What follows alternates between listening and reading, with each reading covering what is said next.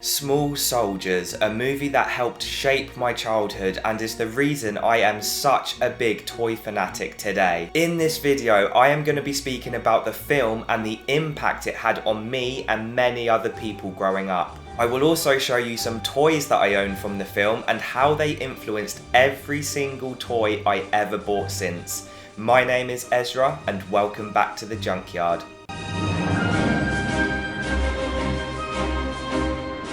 As a kid, this movie could not have been any cooler, and I have got a lot to thank it for. Not only did it capture my imagination, but it's given me this deeply rooted love for toys that I'm not sure would have ever existed without it. For example, I could just sit here for hours holding this Chip Hazard action figure. All I need to do is look at it, adjust its arms, play its voice, admire its articulation, and thanks to the movie and how it made me feel as a kid, it means those simple things feel amazing now I'm an adult. I can feel the magic when I'm holding these action figures. Before I go into any more detail, let me briefly explain the movie to those of you who don't know. Small Soldiers follows a teenager called Alan who works at his dad's toy shop. Alan lives a pretty normal life, but all of that changes when he buys a set of Commando Elite and Gorgonite action figures. The thing is, and Alan wasn't to know, but thanks to this numpty, these toys have been programmed with military technology.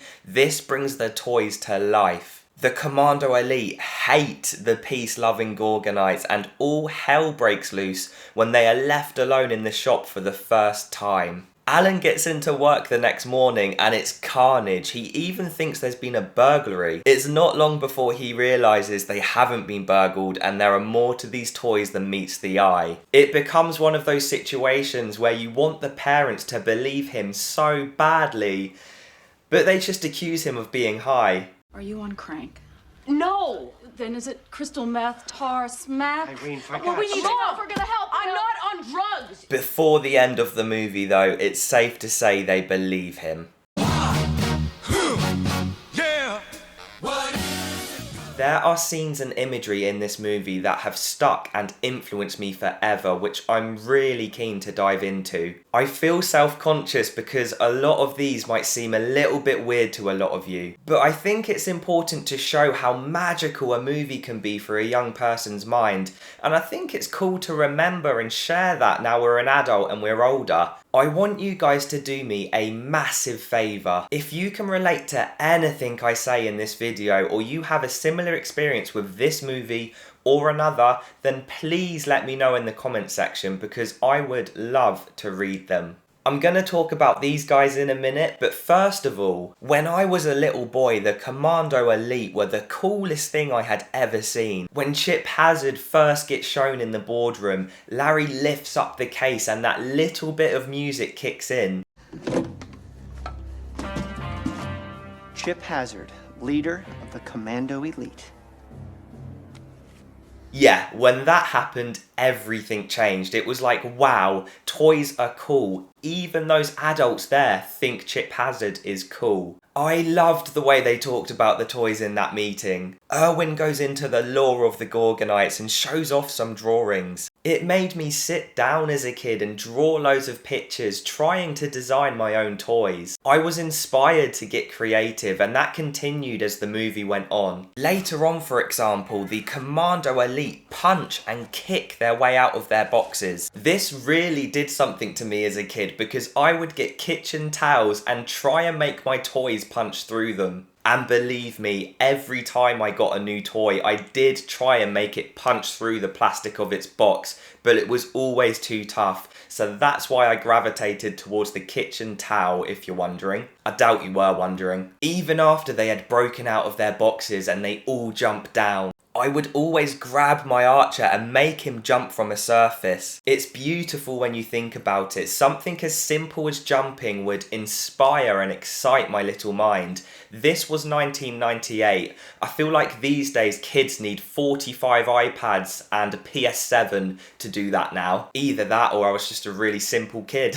So much of the magic began when Archer and Chip Hazard are left alone for the first time and they spring to life. I think it was just the idea that as a kid your toys could be living a life without you knowing. I know Toy Story played on this, but for me this was live action and the toys looked so cool. Small Soldiers got their marketing spot on. It was most of our dreams to own one of these. Even more so because Alan and Archer just seemed to have this bond. He would carry Archer around in his backpack and talk to him in his room. I was a kid who only had 2 older sisters, so I was desperate for interaction and a buddy like that, which is probably what influenced my bond with Cheesy.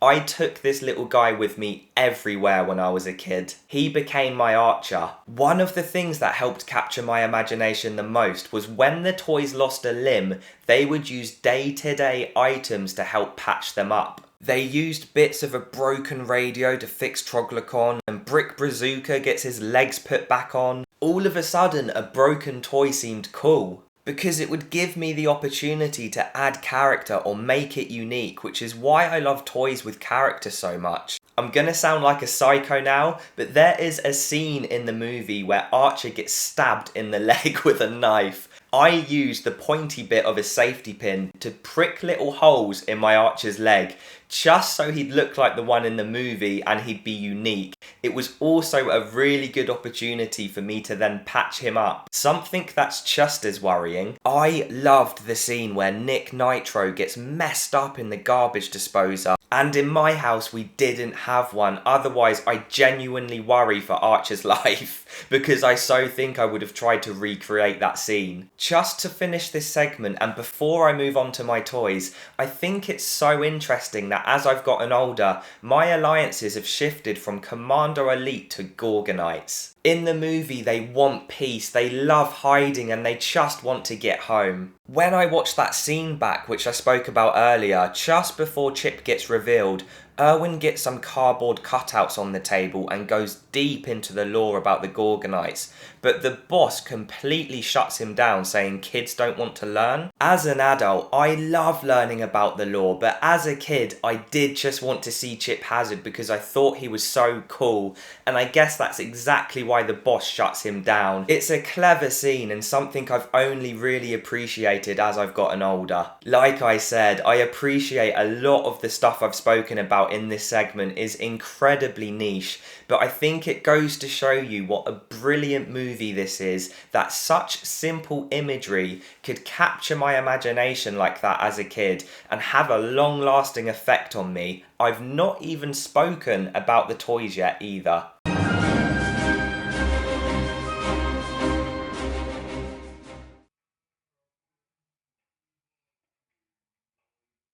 As you just saw there, I got Archer on my 5th birthday. He is incredibly sentimental to me. He is also the one that I stuck pinholes in his legs, and I promise you guys, his face was like this before I did that. I really wanted to mention the articulation of the Small Soldiers toys in the movie. They have so many joints, making them highly posable. Fully posable. This is something that had a lasting effect on me and something I look out for when I'm buying toys today. I've even been in shops recently and thought, oh wow, that looks cool, and that is purely because of the articulation, the joints and the way it's built. This is all thanks to Small Soldiers. If you look at this Chip Hazard figure, which is a semi-decent replica, especially considering it was released in 1998, he is brilliantly built with joints in all the right places. The only one that's major that he's really missing is the one across his chest, but the line is there, so that's aesthetically pleasing anyway. With him and Archer, you can twist their hands, shake their heads, adjust their feet. Guys, they even talk, but before I show you that, let me tell you a very quick story about them. These two action figures were missing for years. I had no idea where they had gone. I moved out of my parents' house, and during that time, my parents moved as well. Lots of boxes got moved around at that time, and I was gutted. I thought they were gone forever. Then, a couple of weeks ago, I went to my parents with Eve to help move a sofa. I'm in the garage dropping the old sofa off in there and I spot a box way up high. I say to my dad, "Dad, do you have any idea what's in that box? Do you reckon it's Christmas decorations or something?" And he was like, I don't actually know. I grabbed a ladder and I passed the box down to my sister's husband. And have you ever had one of those dreams where you want something so badly and when you wake up you're like, oh man, I'm so gutted that was a dream? Well, this was that, but in real life. My dream came true because when we opened the sleeves of the boxes, Chip Hazard and Archer were arm in arm looking up at us.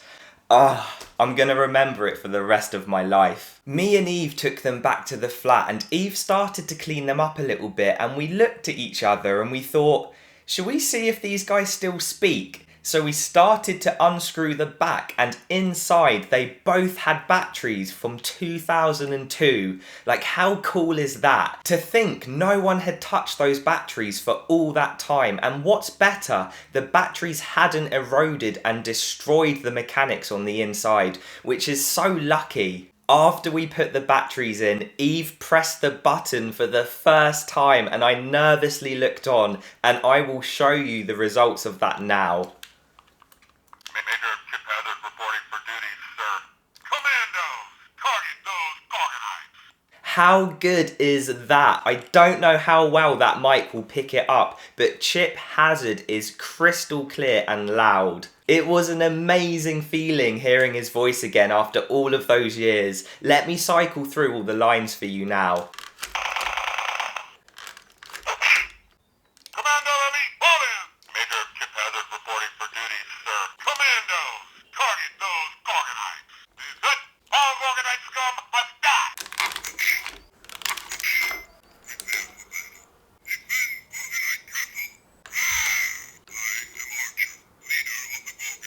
We had similar results with Archer, but he's just a little bit quieter, which is fine. Archer is just a quiet soul in the movies as well. Even if you can't see something, it doesn't mean it isn't there. As you can see, I also have Insaniac, who was also in the missing box. I now get great pleasure placing him around the flat, true to the movie and the way the Gorgonites behave. I hope you guys enjoyed me talking about this. I just want this channel to be a place where we can speak openly about our passions and things that influenced us when we were growing up. And although this is a really niche one, I wanted it to be a bit of a thank you to Small Soldiers for capturing my imagination so much and helping me have loads of fun growing up. It's something I wish upon my kids if I'm lucky enough to have them one day. Thank you so much for watching, guys, and don't forget that favour I asked you at the beginning of the video.